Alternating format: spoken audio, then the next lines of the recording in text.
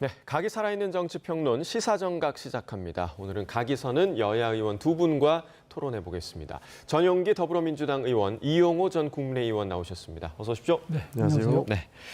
자, 이재명 대통령 어제 취임 후 첫 기자회견을 가졌습니다. 역대 가장 빠른 기자회견에 이 참석자들과 같은 눈높이로 앉아 질문을 받는 모습이 인상적이었다. 이런 평가도 나오고 있는데요. 오늘 아침 정치권은 어떻게 봤는지 먼저 들어보겠습니다. 국민과 적극적으로 소통하겠다는 의지는 평가할 만합니다. 그러나 역대 어느 정부보다 빠른 자화자찬에 실속 없는 말잔치 이벤트로 끝났다는 아쉬움을 지울 수 없습니다. 대통령은 앞에서는 협치를 강조하지만 더불어민주당은 행동대장처럼 뒤에서는 힘으로 소수야당을 짓누르고 있습니다. 국민을 우롱하는 이중 플레이입니다. 이재명 대통령 취임 30일 기자회견은 민생 고통이 턱밑까지 차오른 국민들께 희망을 안겨드린 시간이었습니다. 사전 조율 없이 자유롭게 이루어진 문답은 대통령의 격이 없는 소통에 대한 의지, 그리고 국정 운영에 대한 자신감의 표명이었다 생각합니다. 지난 한 달간 대통령은 침몰하는 대한민국호의 키를 부여잡고 위기의 파고를 넘기 위해서 전력 투구해 왔습니다. 윤석열 정부 3년보다 지난 한 달 동안 이재명 대통령이 더 많은 일을 해냈다라는 평가가 괜히 나온 게 아닌 것 같습니다.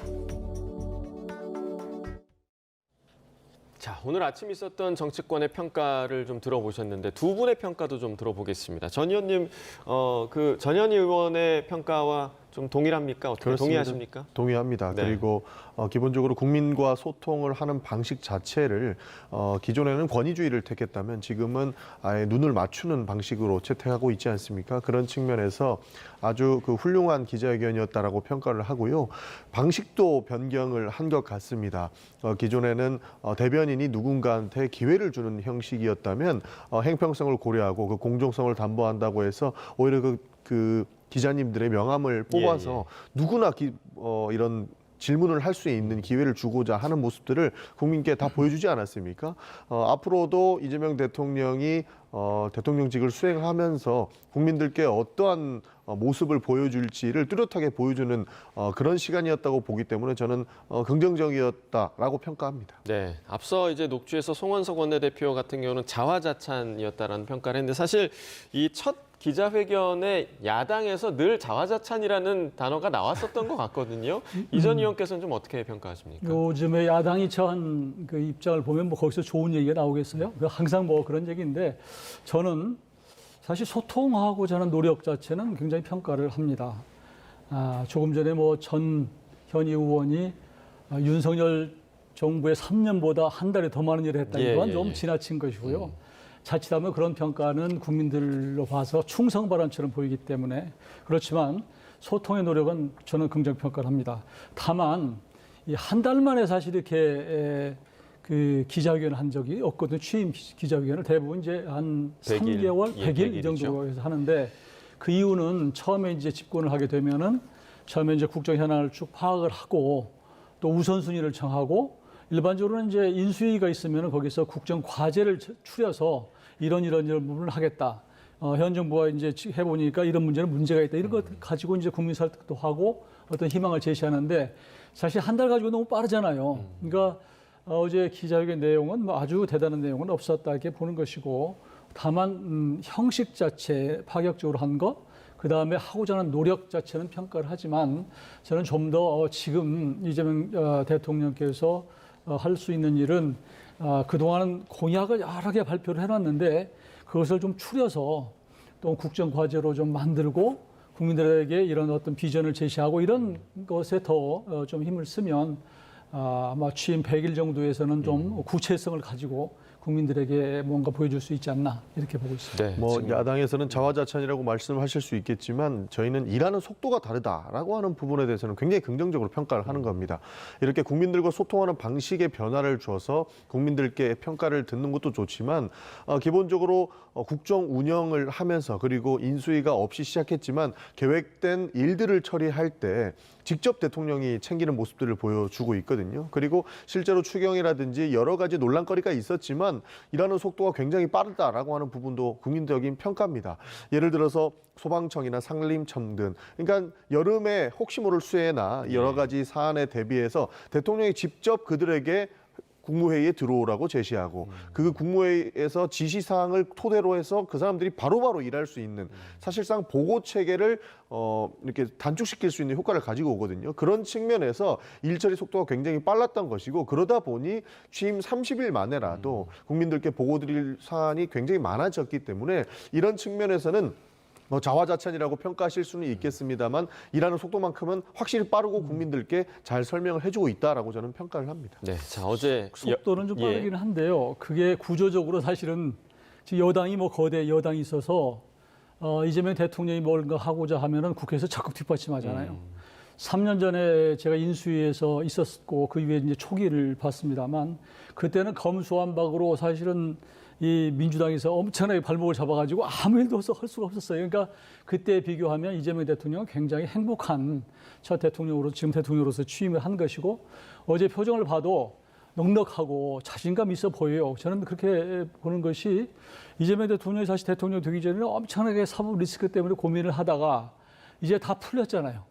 그러니까 본인이 정말 행복하는 그런 모습을 보이고 자신감을 보이고 있는데 과거 3년 전에 야당의 거대 야당의 발목이 잡혔던 그런 것과 좀 대조가 된다. 그런 말씀만 좀 드립니다. 자, 지금 뭐 여러 환경이 정부가 이제 정책의 속도를 높이는데 좀 뒷받침해 줄 수 있는 그런 환경이 되지 않았나라는 생각이 드는데 어제 여러 가지 이야기들이 오갔지만 그 검찰 개혁 또 감사원의 국회 이관 발언 관련해서 여러 뭐 우려의 목소리도 나오고 있고 여러 가지 좀 시각이 있더라고요. 일단은 그 감사원 기능을 국회로 옮기고 싶다라는 발언은 좀 어떻게 들으셨습니까? 갑자기 왜 이 얘기가 나왔을까요? 감사원이 권력기관의 수하가 돼서는 안 된다라고 하는 기본적인 고민이 있었던 것 같습니다. 그러니까 지금은 대통령 직속 기구죠? 그렇습니다. 대통령에게 직속으로 보고할 수 있는 그런 상황이 만들어졌고 국회에 와서는 대면 하는 모습 보이지 않았습니까? 사실 그런 차원에서 대행정기관을 감사하기 위한 감사원은 국민들의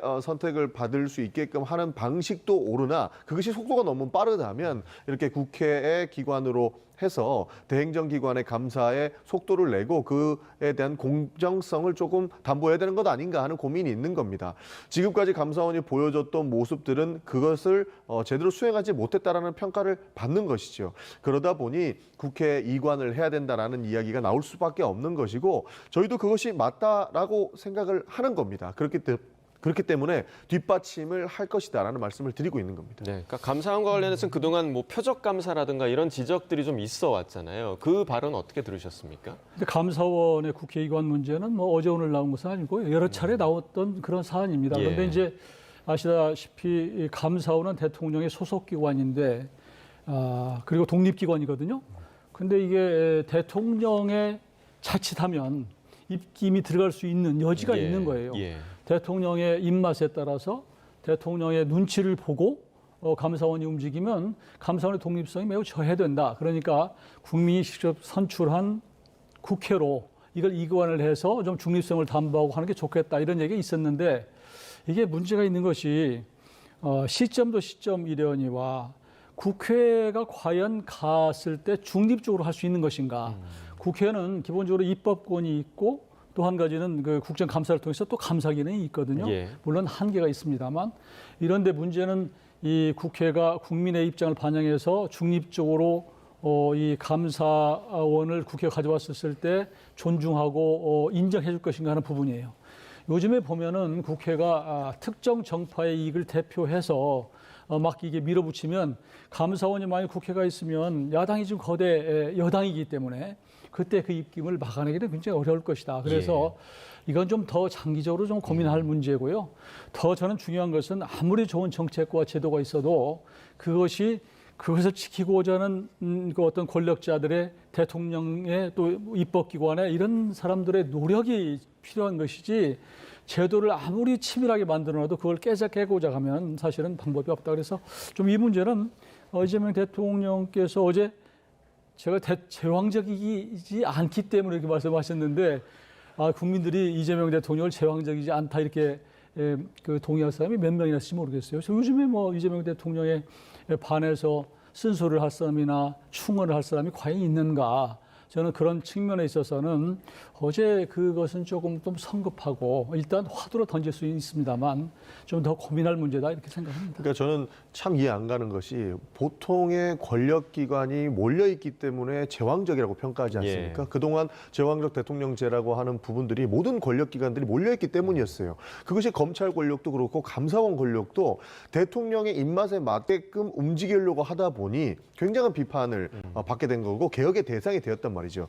그런 차원에서 감사원도 정권의 입김을 느끼지 말고 본인의 본연의 업무를 다해서 대행정부를 감사하라라고 예, 예. 하는 그 기본권을 주려고 하는 겁니다. 그렇기 때문에 대통령 소속의 그런 기관이 아니라 오히려 중립적인 이것에 여야 합의 안 되면 또 난리 나지 않겠습니까? 그런 차원을 저희는 넣어야 된다라고 보는 것이고 왜 야당이 권력 내려놓기에 이렇게 인색하느냐에 대한 질문을 안 드릴 수가 없어요. 검찰 개혁도 똑같습니다. 대통령 눈치 보다가 검찰이 정치 검찰이 돼서 야당에게만 칼 휘두르는 거 그거 내려놓고자 하는 거지 않습니까? 그걸 내려놔야 정치 검찰이라고 하는 누명을 벗을 것이고 국민을 대표하는 기관으로 탈바꿈할 것이다라는 게 저희 논리인 것이고 감사원도 똑같습니다. 지금은 아무런 견제를 받고 있지 않기 때문에 대통령 눈치만 봐왔었는데 그 권한도 떼서 국민들의 눈치를 보라는 그런 측면 아니겠습니까? 그렇기 때문에 오히려 이 권력기관들의 개혁은 제왕적 대통령제에서 그 제왕을 빼기 위한 노력으로 봐주셔야 되는 것이고 오히려 야당에서 환영해야 될 일이다라고 저희는 보는 겁니다. 예. 그런 측면에서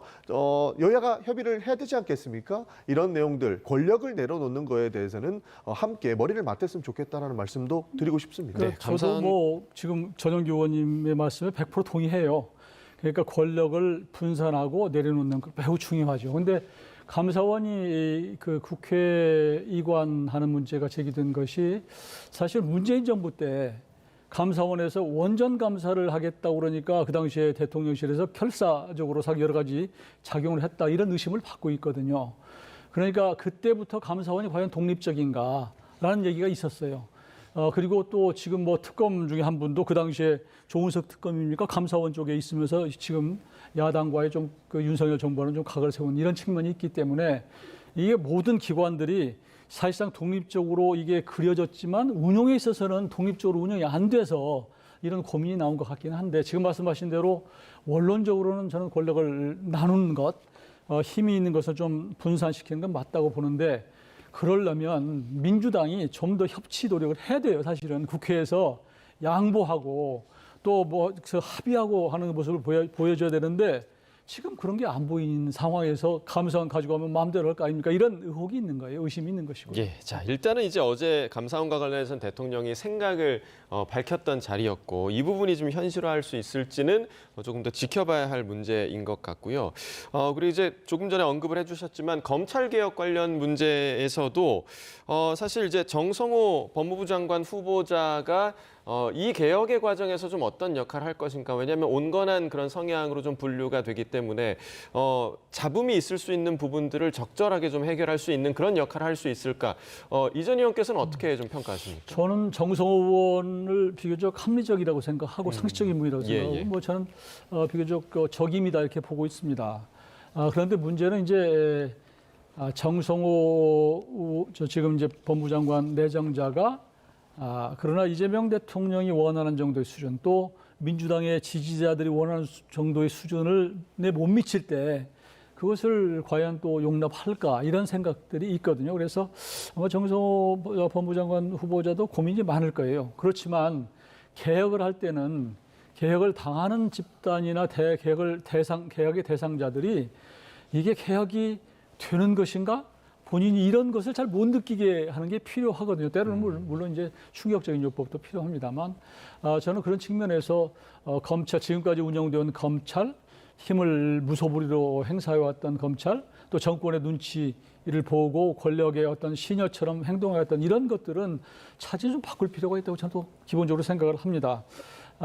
저는 그렇지만 검찰 개혁의 기본적인 시작이 저는 민주당이나 또 이재명 대통령이 검찰에서 여러 가지 좀 당한 것들, 이런 것들의 감정적인 요인도 좀 있지 않을까 생각이 들어요. 저도 사실 개인적으로 검찰 조사를 선거법 때문에 받아본 적이 있는데 검찰 갔다 오면 검찰 이거 정말로 한번 확 좀 없앴으면 이런 생각이 들어요.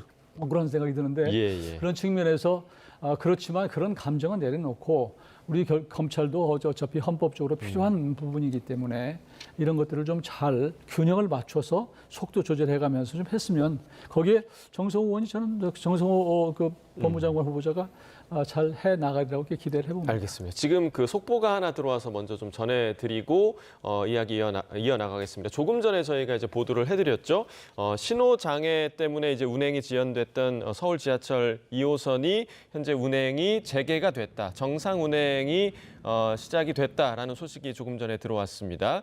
오전 7시 50분부터 선로 전환기 장애로 인해서 열차 운행이 지연이 됐고요. 선로 전환기 제어 장치를 교체함으로써 지금 복구가 완료된 것으로 전해지고 있습니다. 사실 7시 50분이면 이제 출근길 시간대이기 때문에 이 출근길의 운행 지연 때문에 시민들의 불편이 상당히 좀 컸던 부분이었는데요. 조금 전에 11시 50분부터 열차가 정상 운행을 시작을 했다라는 서울교통공사의 속보가 있었습니다. 관련 소식 전해드리고요. 지금 저희가 이제 검찰 관련 얘기를 하고 있었는데 검찰 인사도 검찰 개혁과 아주 가까운 그런 부분일 것 같습니다. 이 인사와 관련해서 어제 이 대통령의 답변이 또 눈길을 끌기도 했는데 오늘 아침 정진우 중앙지검장의 출근길 그리고 박은정 조국혁신당 의원의 인터뷰 내용까지 들어보겠습니다. 중앙지검 구성원들과 합심해서 법과 원칙에 따라서 검찰에 주어진 소임을 제대로 또 바르게 수행해 나가도록 하겠습니다. 국민으로부터 신뢰받는 검찰이 되도록 노력해 나가도록 하겠습니다. 대통령님 말씀에 대해서 가타부타 말씀드리는 것은 공직자 예가 아닌 것 같습니다. 지명 배경은 제가 말씀드릴 수 있는 부분은 아닌 것 같습니다. 다만 제가 검사 생활을 해오면서 중심을 지키고 바르게 일하자는 마음가짐으로 지금껏 검사 생활을 해왔습니다. 이 검찰주의자 친윤 검사들은 이 검찰주의자들은 뭐 정권이 바뀌어도 검찰이 중요하고 검찰이 무한히 이 검찰 권력이 유지되는 것이 목표입니다. 네네. 친윤 검사의 등용은 지금 검찰 2,300명 검사들에 대한 굉장히 나쁜 시그널이 될 수가 있습니다. 그래요? 왜냐하면 지금 검찰 내부에서는 친윤하면은 3대가 흥하고 반윤하면은 3대가 망한다. 이런 얘기가 돌고 있어요. 그래요? 특히 정치 영역에서는 최근 검찰 인사 관련돼서 이런저런 지적들이 있는데 우리하고 색깔이 비슷한 우리를 지지했던 쪽을 다 골라내면 남는 게 없더라고요. 성향이 다르다. 또 누구와 관련이 있다. 누구와 친하다더라. 누구와 어떤 관계가 있다더라. 이런 걸로 판단해서 배제하기 시작하면 남는 게 없습니다. 이게 어쩌면 정치 보복으로 발전할 수도 있다. 자, 대통령은 어제 그 인사 관련 그런 논란과 관련해서 이런 입장을 밝혔고 지금 조금 전에 들었지만 그 박은정 의원도 그렇고요. 조국혁신당에서 굉장히 좀 반발 기류가 좀 있는 것 같더라고요. 실제로도 조국혁신당에서는 이 검찰주의자들이라고 이렇게 평가하는 분들에 대해서는 심한 반감을 가지고 있습니다. 예. 그들의 권력을 어떻게 남용했는지를 본인들이 가장 잘 봤기 때문이다 이렇게 이야기를 하고 있거든요. 박은정 의원도 검사 출신. 검사 출신입니다. 예. 그래서 내부에서 윤석열 전 대통령과 친했던 사람들이 득세하는 모습들을 봐왔고 실제로 본인과 친하지 않으면 배제한다라고 하는 그런 낭설들이 있었기 때문에 그런 사람들을 오히려 멀리해야만 검찰 개혁을 완성할 수 있을 것이다라고 하는 것이 조국 혁신당의 입장입니다. 예, 그리고 예. 일부 민주당 의원님들도 그렇게 생각하시는 분들도 굉장히 많거든요. 그러나 대통령께서 말씀하셨지만 누구랑 친하다든지 뭐 누구와 가깝다 이런 형태로 배제하기 시작하면 그 또한 윤석열 전 대통령이 했던 정치 보복과 뭐가 다르겠느냐라고 하는 평가를 받을 수밖에 없습니다. 그렇기 때문에 아무리 윤석열 전 대통령 그러니까 친윤 검사였다 하더라도 지금 검찰이 가야 될 방향 그리고 검찰 개혁을 어디까지 수용할 수 있을지에 대한 인터뷰는 충분히 이루어졌을 것이라고 보기 때문에 이 정부의 방향에 맞춰서 본인의 역할을 정말로 검찰이 가야 될 방향을 잘 맞춰갈 수 있는 분이라면 충분히 등용할 수 있다라고 하는 모습들을 대통령께서 보여주신 것이고 그렇게 말씀하신 것이다. 저는 그렇게 평가하고 있습니다. 이렇게 일부 그 친윤으로 분류가 되고 있는 일부 인사를 지금 대통령실에서 단행한 부분에 대해서 국민의힘은 좀 어떻게 바라보는지도 궁금한데요. 글쎄 저는 지난번에 오광수 민정수석 할 예, 때도 조국 혁신당에서 문제를 뭐 격렬하게 예, 제기를 했고 또 최근에도 이제 법무부 차관 뭐 이렇게 임명 관련해서도 저렇게 문제를 제기하는 것 같은데요. 조국 혁신당은 제가 보기에는 뭐 지금 이제 액면 그대로 발언 그대로 보면 지금 검찰 개혁을 위해서는 어떤 뭐 그 전 정권과 좀 무슨 맥이 통한 사람들을 예. 하는 것이 불만이다 이렇게 제기를 하고 있는 것 같은데 그 이면에는 사실은 그 사람이 과연 친윤 검사인지 이것도 뭐 불분명하거든요. 그리고 어떤 조직이든지 그 조직에서 주축의 역할을 하는 사람은 정권에 관계없이 상당히 뭐 중심을 잡고 가는 분들이 많이 있습니다. 그런데 이런 사람들을 발탁했다고 해서 어떤 낙인을 찍고 이 딱지를 붙이면 거기에 쓸만한 사람이 남아있지가 않아요. 그래서 오히려 악화가 양화를 구축하는 그런 현상이 생기기 때문에 이건 바람직하지 않는 일인데 그럼에도 불구하고 왜 조국 혁신당에서 저런 문제를 자꾸 제기를 할까라는 것을 생각해보면 제 생각입니다만 이게 조국 혁신당의 어떤 인사 배려를 좀 안 해줘서 그러나 저는 왜냐하면 지금까지 이재명 대통령이 집권하는까지 올기까지 나름대로 큰 역할을 해오고 같이 해왔는데 이제 그 전쟁이 끝나고 사냥이 끝났으니까 끝나고 나서 사실 전리품을 좀 나눠야 되는데 왜 우리한테 배려를 하지 않지? 일종의 섭섭함의 표시다. 그런 것도 있다. 그리고 또 조국 혁신의 대표가 누구예요? 저기 간판이 누구예요? 조국 전 대표 아니에요? 예. 그러니까 이분을 또 사면해달라고 요구하는데 답을 안 해요. 그러니까 그런 것들 울분이 이런저런 것으로 표출이 되는 것이 아닌가라는 생각이 듭니다. 그래서 야당이 사실은 강하고 의석이 많으면 야당과 싸우느라고 뭐 결집하겠죠. 근데 야당이 워낙 지금 여론이 나쁘고 미미하다 보니까 지금 대통령 선거 이후에 정권을 잡은 이후에 전리품 가지고 조금 싸우는 것이 아닌가 그렇게 저는 생각을 조금 해봅니다. 예. 네. 저는 아무래도 전리품 싸움은 아닌 것으로 보고 있습니다. 실제로 검찰 개혁을 반드시 해야 된다라고 전면에 내걸었던 사실 당의 간판이 검찰 개혁이라고 해도 과언이 아닌 곳이 조국 혁신당입니다. 네네네. 그러다 보니 사실상 친윤 검사들이 있으면은 또 다시 한번 그 검찰 개혁이 자초되지 않을까라고 하는 그 위기감이 있는 것 같아요.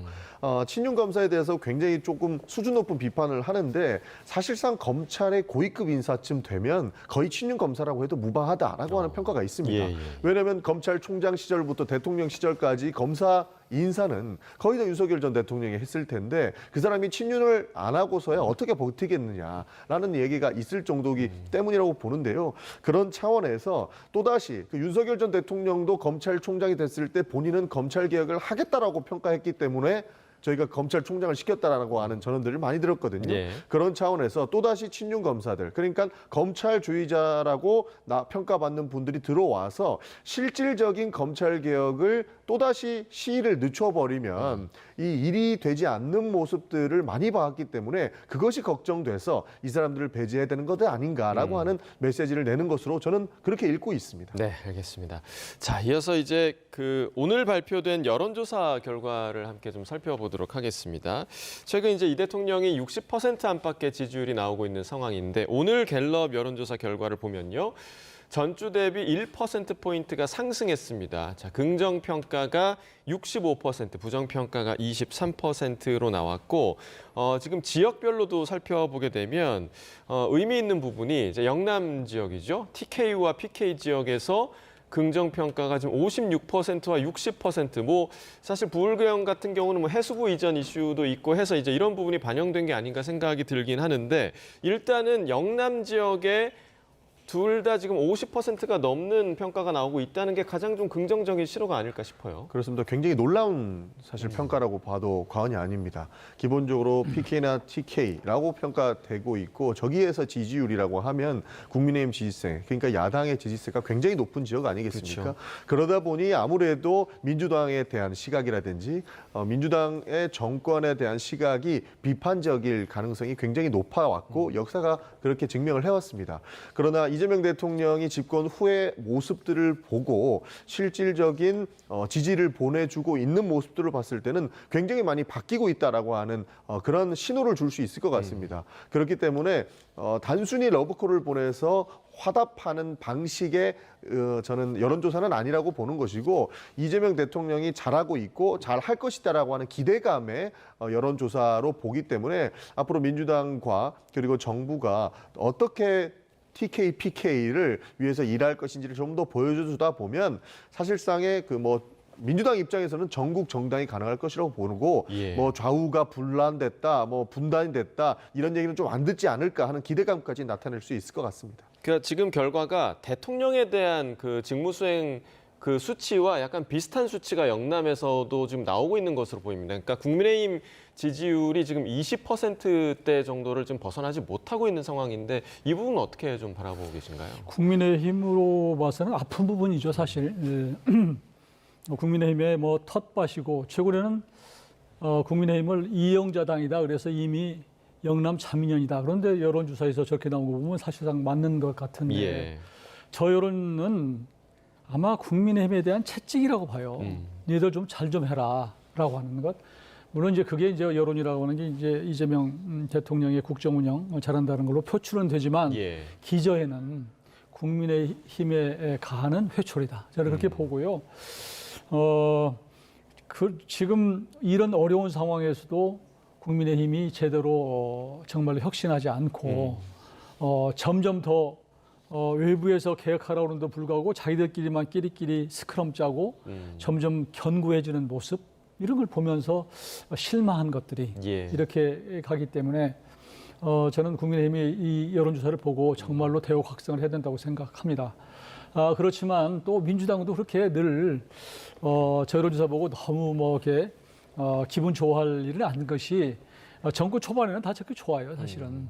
문재인 전 대통령 때는 뭐 거의 80% 정도 나왔거든요. 근데 나중에 가다 보면 그게 뭐 30%, 20%를 떨어지기도 하고 그러기 때문에 국민의 민심은 언제든지 조변석계하고 부침이 있다. 그러니까 너무 즐거워할 것도 없고 너무 또 위축될 것도 없다. 그렇지만 지금 이 시점에서 국민의힘에 대한 우리 영남 쪽에서의 회초리나 비판은 정말로 심하게 나오고 있다. 저는 그렇게 알겠습니다. 보고 있습니다. 오늘 그 여론조사 여러 가지 그 항목 중에 좀 흥미로운 조사 결과가 있었는데, 민주당 당대표 경선 선호도 관련 여론조사도 있었습니다. 정청래 의원과 박찬대 의원 중에서 이제 누가 선호도가 높은지에 대한 조사가 이루어졌는데, 전 국민 대상으로는 지금 정청래 의원이 32대 28로 박찬대 의원보다 조금 높았고요. 민주당 지지층 내에서도 그랬습니다. 정청래 의원 47%, 박찬대 의원 38%. 지금 당내 분위기와 좀 합치되는 그런 여론조사 결과라고 보시나요? 어떻게 보십니까? 충분히 그렇게 볼 수 있을 것 같습니다. 두 분 다 네거티브 전쟁, 그러니까 한 달 전만 하더라도 굉장히 네거티브가 가열된 양상이었습니다. 그래서 민주당 전당대회가 과열이라고 평가가 됐었는데요. 지금은 그 과열 양상이 수그러 들었고 잘하기 경쟁으로 좀 들어가기는 했습니다. 그러다 보니 과거에서부터 가지고 있던 그 지지세가 그대로 온 모양새를 보이고 있거든요. 그래서 해당 여론조사가 어느 정도 의미 있는 여론조사로 볼 수 있을 것 같습니다. 여기에서 추가되는 부분들의 변수가 무엇이냐면, 아직 후보 등록이 완료되지 않았거든요. 그리고 후보 등록이 완료된 후고 이제 본격적으로 전국을 돌면서 유세 활동을 하면 조정은 조금 가능해 보이는 수치 같습니다. 그런 차원에서 현재까지는 비슷한 흐름세로 보이고 있지만 실제로 출발하게 되면 어떠한 변동이 있을지는 조금 더 지켜봐야 된다. 저는 그렇게 평가하고 있습니다. 알겠습니다. 자, 그리고 이제 어제 국회에서는 김민석 총리에 대한 인준 표결이 있었습니다. 국민의힘은 이 표결에 아예 참석을 하지 않았는데, 그 민주당에서는 그래도 이제 이전에 한덕수 총리도 인준을 해줬는데 아예 표결에 들어오지 않은 거 너무한 거 아니냐 이런 얘기도 나오더라고요. 그 한덕수 총리와 김민석 총리 후보자를 비교하는 것은 저는 적절치 않다고 봐요. 많이 사실 다릅니까? 다르죠. 그 당시 한덕수 총리는 그 의혹받았던 것이 이제 뭐 그 특정 로펌에서 받은 그 금액 또 여러 가지 자료였고 이번에 김민석 후보자의 여러 가지 쏟아진 의혹들은 정말 여러 뭐 이미 보도에서 나왔겠지만 뭐 배추 뭐 투자부터 또 그 외에 뭐 출판 기념회 뭐 조의금 경조사 문제 그 외에 뭐 여러 가지들 또 더 나아가서는 우리 국가의 그 정부의 예산 규모 이런 것까지도 정말로 낙제점을 받았기 때문에 두 분을 비교하는 것은 적절치 않다. 그래서 아마 국민의힘도 고민했을 거예요. 투표에 참여를 해서 반대를 할 것이냐 아니면 아예 들어가지 말 것인가 하는 걸 고민했을 텐데 오히려 처음부터 아예 총리로 인정하기가 좀 어렵다라고 하는 그런 강한 스탠스를 보이고자 해서 참여를 안 한 것이 아닌가 싶고요. 김민석 이제 총리가 이제 임명이 됐는데 본인으로 봐서는 이제 이때 이게 청문회 과정에서 있었던 여러 가지 의혹 가지고 어깨에 많이 부담이 될 거예요. 예. 이것을 어떻게 앞으로 야당과 풀어갈 것인가, 신뢰를 쌓을 것인가 하는 부분을 좀 깊이 생각할 필요가 있다. 뭐 새벽에 나와서 여러 가지 먼저 생각하고 예, 뭐 예. 이렇게 얘기를 하던데 그것보다는 김민석 총리는 어디 뭐 특별히 뭐 전문성이 있는 게 없어요, 솔직히. 한덕수 총리 같은 경우는 경제총리다 이렇게 이제 얘기를 했던 것인데 통상 그리고 뭐 한미 간에. 그런데 김민석 지금 총리 같은 경우는 뭐 굳이 따지자면 정치 총리 정도 되거든요. 그렇다고 외교에 뭐 전문성이 있는 것도 아니고 경제도 아니기 때문에 그래서 그러면 정치 총리면 결국 야당과의 협치 문제인데 본인이 많이 고민을 좀 해서 청문회 과정에서 있었던 여러 가지 뭐 오해가 있다면 오해, 불신이 있었다면 불신 이런 것들을 넘어서서 적극적으로 좀 협치를 할 필요가 있다라는 생각이 들고요. 그래서 정치 총리로 좀 역할을 자리매김하는 게 맞다고 보고 어제 그런데도 불구하고 첫 되자마자 일성이 폭정 세력이 뭐 망친 뭐 경제 이렇게 표현하더라고요. 근데 폭정 세력이라고 하는 것은 야당을 얘기하는 것인데 예. 굳이 이런 얘기를 하는 게 총리로서 맞나 이런 생각도 좀 들더라고요. 그래서 김민석 총리가 자칫하면 그 이재명 대통령한테 부담이 될 수가 있다. 그런 부분도 좀 생각을 하시고 결국은 본인이 역할을 할 수 있는 공간은 국회와의 협력, 야당과의 협력 부분이기 때문에 예. 좀 더 겸손하게 좀 새로운 모습으로 심기일전해서 할 수밖에 없다. 저는 그렇게 주문합니다. 아쉬운 얘기 많이 해주셨거든요. 어떻게 좀 얘기하겠습니까? 제가 김민석 그 총리 인사청문위원이었습니다. 그때 당시 봤던 거, 뭐 한덕수 총리랑 비교를 하시는데 한덕수 총리 의혹에 비하면 세 발의 피였고요. 실제로 본인이 나와서 해명했던 내용, 그러니까 어디서 이 돈이 나왔느냐라고 하는 내용이 전부 다 증명이 됐습니다. 그리고 모든 의혹이 사실상 해소되다 보니 저는 국민의힘에서 중간에 도망을 쳤다라고 비판하기도 했습니다. 그 이유가 무엇이냐면 총리 청문회가 이틀이었는데요. 하루 꼬박하고 그 다음날 5시까지 질문을 했습니다. 예. 근데 5시 이후로 자료가 덜 왔다면서 들어오지 않았거든요. 저희가 평가했을 때는 이미 모든 의혹이 해소됐기 때문에 할 것 없어서 안 들어오는 것이 아니냐라고 비판할 정도로 황당한 상황이었습니다. 사실상 야당이 인준을 앞두고 후보자를 검증하는 것을 포기해놓고 이 사람은 잘못된 사람이고 의혹들이 다 해소되지 않았다라고 이야기하는 것들은 사실 앞뒤가 맞지 않는 부분들이 너무 많았다고 평가할 수밖에 없는 것이고 예. 한덕수 총리가 굉장히 많은 의혹이 있음에도 불구하고 저희가 인준에 함께했던 이유는 그래도 윤석열 전 대통령이 취임 후에 하는 첫 총리 인사이기 때문에 대승적인 결단을 해주고자 동의를 해줬던 건데 지금 야당은 들어오지 않았거든요. 그런 차원에서 보면 본인이 몰락의 길을 걷고 있는데 지금 그것이 여당 때문이다라고 이야기하는 모순을 보이고 있다라고 평가할 수밖에 없는 겁니다. 그런 차원에서 김민석 후보자는 정치총리라고 평가를 해주셨지만 굉장히 많은 곳에서 오랫동안 정치 활동도 해왔고 학업의 길도 굉장히 많이 걸었거든요. 그런 차원에서 잘할 수 있는 인사다. 이재명 정부가 하고자 하는 일들을 화끈하게 처리해 줄 수 있는 인사다라고 저희는 평가를 하기 때문에 어제 인준에 이렇게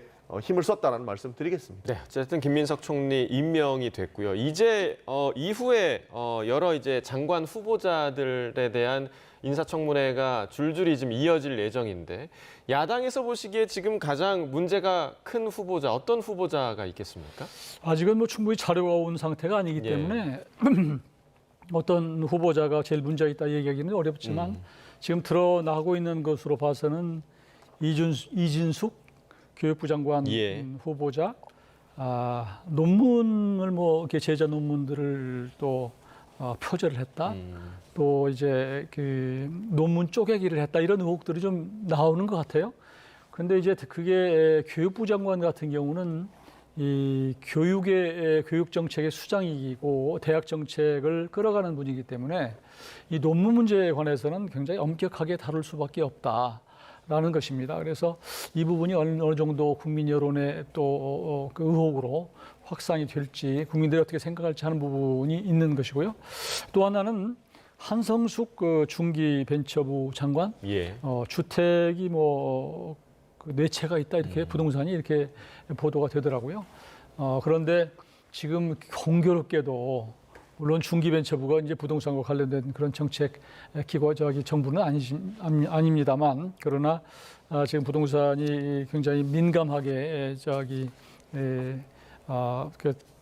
폭등이라고 그럴까 하여튼 그런 움직임이 있는 상황에서 예. 지금 그 대출을 묶어서 지금 눌러놓은 상태이기 때문에 국민 감정이 굉장히 예민한 부분이 있다. 그래서 이런 것들에 대해서 국민들이 얼마나 그 장관으로서 적격하다고 볼지 이런 부분은 좀 지켜볼 필요가 있다고 네, 생각합니다. 지켜봐야 할 부분인 것 같고 마지막으로 저희가 이제 시간이 많지 않기 때문에 국내임 이야기도 좀 해보도록 하겠습니다. 당 일간에서 이제 혁신위와 관련해서 강도 높은 혁신안을 제시하는 목소리도 나오고 있는데 어떤 목소리들이 나왔는지 함께 들어보겠습니다. 예. 저는 안철수 위원장께서 꼭 혁신안으로 담아야 하실 것 중에 하나가 중진 선배들의 저는 차기 총선 불출마 정도는 담으셔야 그래야 국민들의 눈높이에 맞는 정말 변화와 반성이라는 걸 우리가 설득할 수 있다 그렇게 생각합니다. 차기 총선 불출마 선언. 차기 총선 불출마. 네. 중진 선배들 같은 경우는 그걸 2번 겪은 분들이십니다. 예. 그러면 결코 어떠한 행동을 했든 저는 책임에서 자유로울 수는 없다고 생각을 합니다.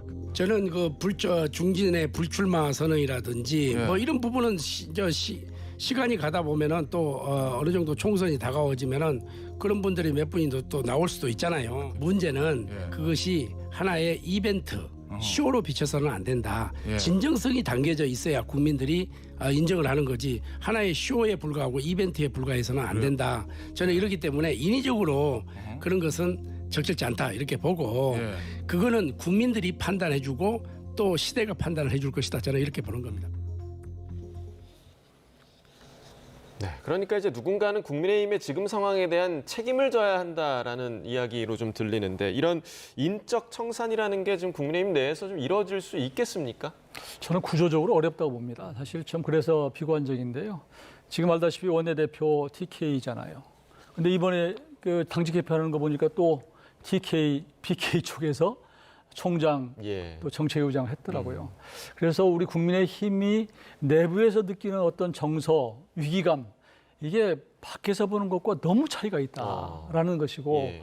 제가 안철수 지금 의원이 그 혁신위원장을 맡았는데 한 달 동안 한다는 것이고 얼마나 할지 모르겠는데 지금 지도 체제 하에서 혁신안이 과연 받아들여질까 이런 부분도 의심이고요.